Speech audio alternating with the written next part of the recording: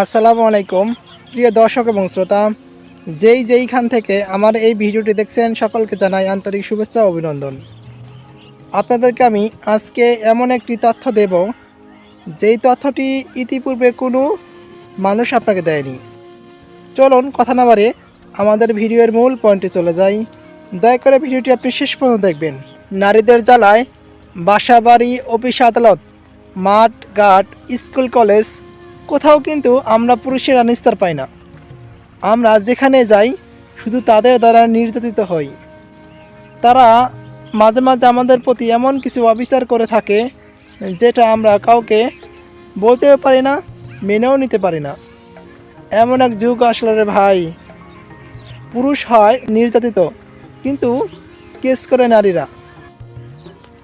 নারী এমনই একজন, যাদের জীবন দিয়েও ভালোবেসে পাবে না তো মন।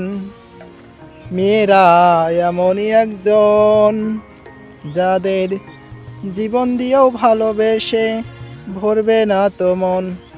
এই পুরুষের জন্য একটা নিরাপদ জায়গার নাম বলেন তো, যে জায়গায় আমরা পুরুষেরা যায় নিরাপদে থাকতে পারবো। পৃথিবীর এমন কোনো জায়গায় কি আছে যেখানে পুরুষের নিরাপদ? আমি যদি ঘরে থাকি, বউ দ্বারা নির্যাতনের শিকার হই। আমি যদি বাজারে যাই, দোকানদারদের দ্বারা নির্যাতন